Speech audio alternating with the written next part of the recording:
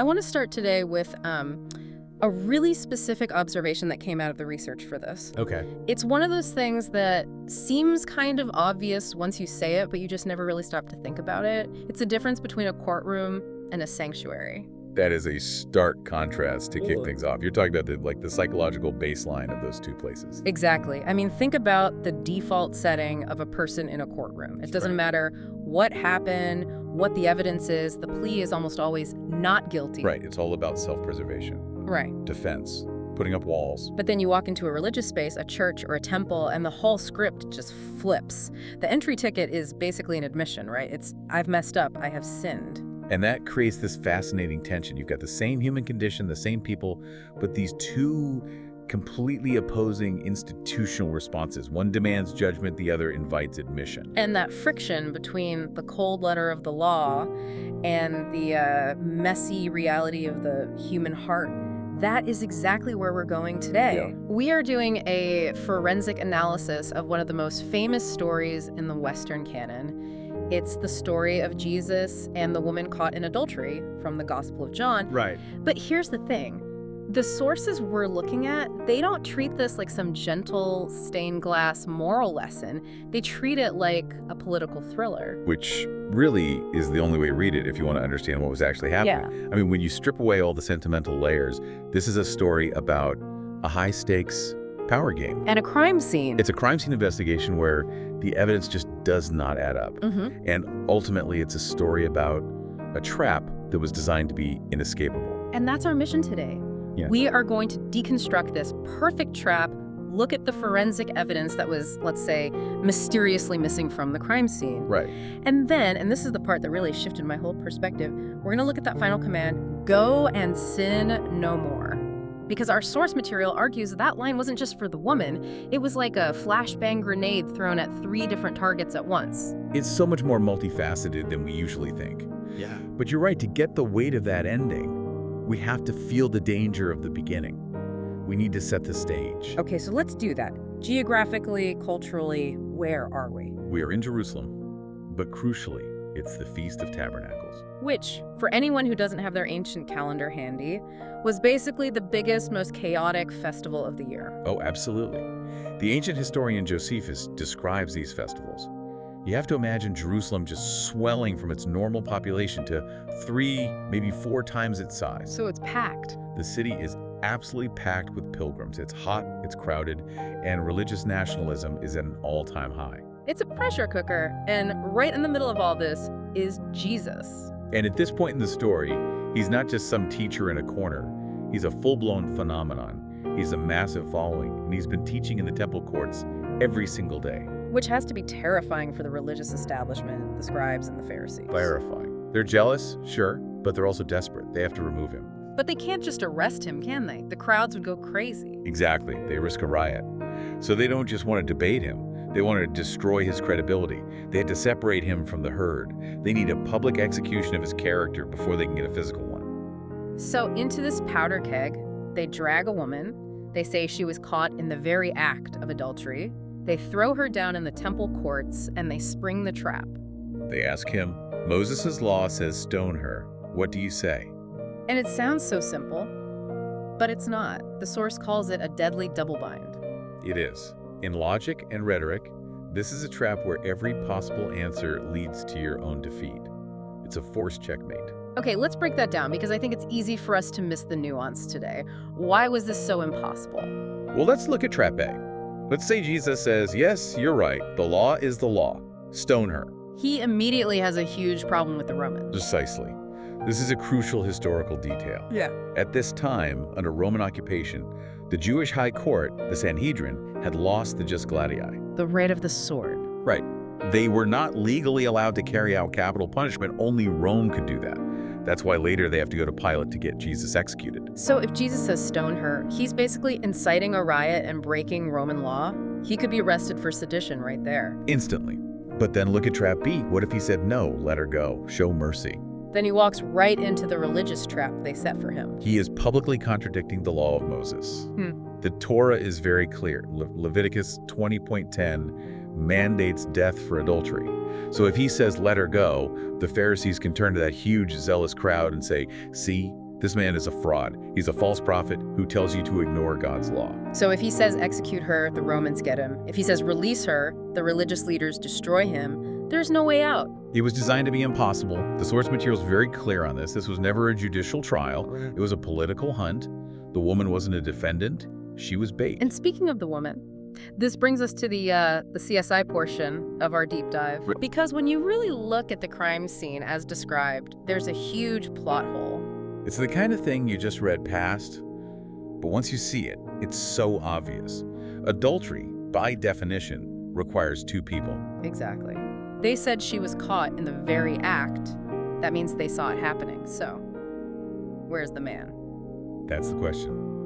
If these accusers were actually zealous for the law of Moses, if they truly cared about holiness, they would have arrested both of them. Because the law requires it. Leviticus is clear. Yeah. The adulterer and the adulteress shall surely be put to death. Both of them. But they only drag the woman out. It's selective enforcement. And the fact that the man is missing tells you everything you need to know about their motives. They weren't there to uphold the law. They were there to trap a rival. So what's the theory? Who was she and what happened to the guy?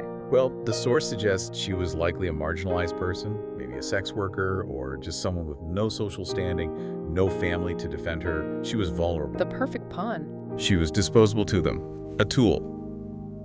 And the man.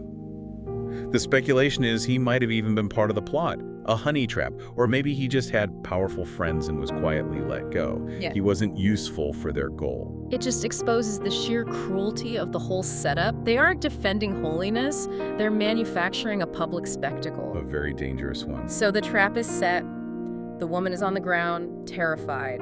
The crowd is watching, the stones are in their hands. And what does Jesus do? He does something so strange.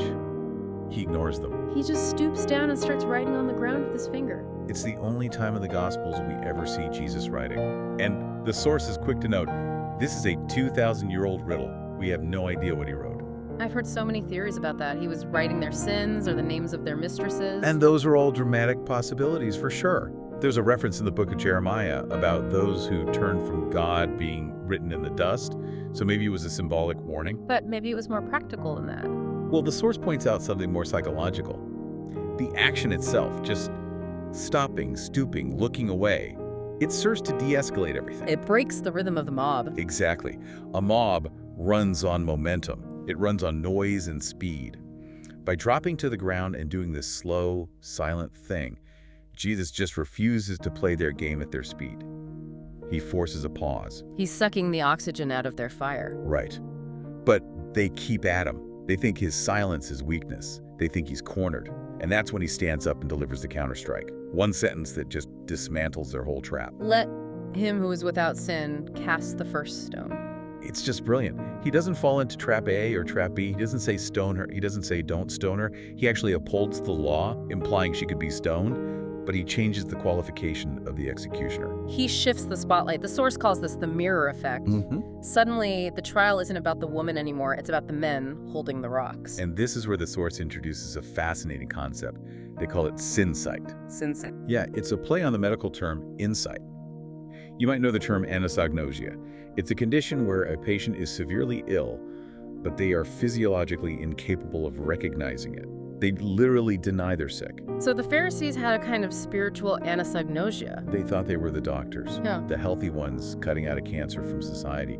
Jesus' words forced sinsight on them. It pierced through that self-righteousness and made them realize, oh wait, I'm actually the sick one here. And the reaction is immediate, but it's the specific detail of how they leave that's so telling. It says they left from the oldest to the youngest. What do you think that is? What does that detail add? Well, the source suggests the older ones, the elders, they were the masterminds behind the whole conspiracy. Yes, they're the most invested, but they also carry the heaviest baggage.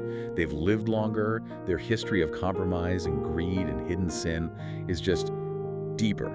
And as the architects of this trap, they're the first to realize their hypocrisy can't stand up to the light Jesus just shone on them. The younger guys in the back might have still been running on adrenaline, but once the leaders fold, the whole mob loses its structure. The moral authority just evaporated, and so the trial dissolves into silence. Which leaves us with just two people, the judge and the accused. And this brings us to a part that really requires careful attention. Jesus asks her, "Woman, where are they? Has no one condemned you? She says, no one, Lord. And he says, neither do I condemn you. Go and sin no more. It's a beautiful moment, but we have to be precise. The analysis in our source points out that Jesus does not say she's innocent. He doesn't say you didn't do anything wrong. That's right. He acknowledges the sin. He isn't condoning adultery, but he chooses to exercise his authority to suspend the sentence. He offers a restart, not an execution. It's grace, but it's not an endorsement of the behavior. And this is where we get to the core insight of today's deep dive. The source argues that when Jesus says, go and sin no more, we usually just think he's talking to the woman. Which he is, that's true. But the argument is that this command is actually that flashbang you mentioned. It has 3 distinct targets. It ripples out. Okay, let's walk through these because this really blew my mind. Target number 1 is, well, obviously the woman. Yes, for her, go and sin no more is an invitation. You have to imagine her psychological state. She's been humiliated. She's faced death. She's probably been defined by this sin her whole life. She probably thought her life was over even if she survived that day. Exactly.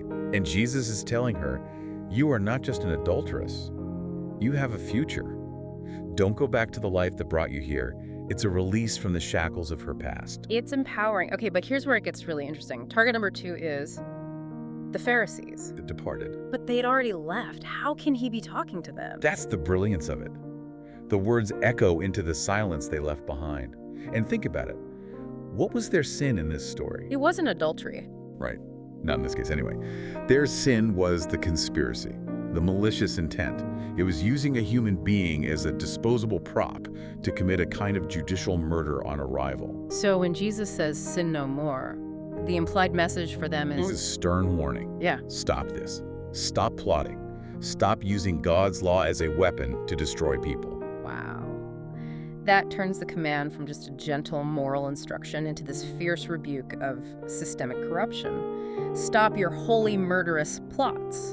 And then there's target number 3. The crowd, the The onlookers. silent majority. Yeah. The people who weren't the masterminds and weren't the accused, they were just there. The people who gathered for the spectacle. The rubberneckers. Yes. What was their sin? Apathy. Cold-bloodedness. They provided the audience. They created the stage for the bullying. They were ready to join in if that first stone had been thrown. They were the likes and retweets of the ancient world. Precisely. For them, sin no more is a challenge to stop mindlessly following the herd. Stop being an accomplice to evil just because you're bored or you want to see a show. Don't provide a stage for injustice. So, that one phrase, go and sin no more, it hits the victim with grace, the perpetrators with a warning, and the bystanders with a reality check. It covers the entire spectrum of human behavior in that courtyard. Nobody gets off the hook. Which leads us perfectly into how we can apply this today, because the source material definitely does not leave this story in ancient Jerusalem. No, it brings the stone metaphor right into the 21st century. And the parallel is uncomfortable. You mean the age of digital stoning? Exactly. Social media is basically a global courtyard where we all carry little digital stones in our pockets, just waiting for someone to get dragged into the center. And we feel so righteous doing it. That's the seductive part. The Pharisees didn't think they were the bad guys. They thought they were defending the faith. And when we join a cancel culture mob or pile on someone, we usually feel we have the moral high ground. We tell ourselves we're serving justice. The source brings up a really specific human tendency here, something psychologists call the double standard of judgment. Right, it's a cognitive bias. Yeah. It's the idea that when we judge others, we judge them by their actions. He was late because he's lazy. But when we judge ourselves, we judge by our context. I was late because the traffic was awful. When life is going well for us, when we're secure and successful, we tend to judge other people by the strict letter of the law. We look at their mistake and say, well, actions have consequences. When our own lives fall apart. When we lose our job, or our marriage crumbles, or we get a scary diagnosis, suddenly we don't want the law anymore. We are desperate for mercy. We want people to understand the nuance. We want a break. And the challenge from the source is consistency. To stop judging others with the strictness of the law while secretly expecting an ocean of leniency for ourselves. It all comes back to that sin sight. Real change doesn't come from pointing out how wrong everyone else is. It comes from finally looking inward and realizing, wow, I have my own stuff to work on too. It is so much easier to focus on the person in the middle of the ring than to look at the dark corners of our own hearts. But that's where the real work happens. So, to recap this deep dive, we started with a political trap. It was designed to checkmate Jesus between Rome and the Torah. We saw how the evidence of the missing man exposed the accuser's total hypocrisy. We saw the trap turned into a mirror, and we realized that the command to sin no more was a call to end not just personal immorality, but also malicious conspiracy and public apathy. It's a story that starts with a loud, angry mob and ends with a quiet, personal challenge. And that is where we want to leave you today. The source material ends with a really provocative image that I just want you to carry with you. We spend so much of our energy in life trying to dodge stones thrown by other people. We worry about our critics, our reputation, our haters. But the source suggests that's the wrong focus. The real question, the one you should ask yourself today, is this. What stone are you currently holding in your hand? And who are you planning to throw it at? Is it a stone of judgment? A stone of gossip? A stone of resentment? Drop the stone. It's a lot lighter that way. Thanks for diving in with us. See you next time.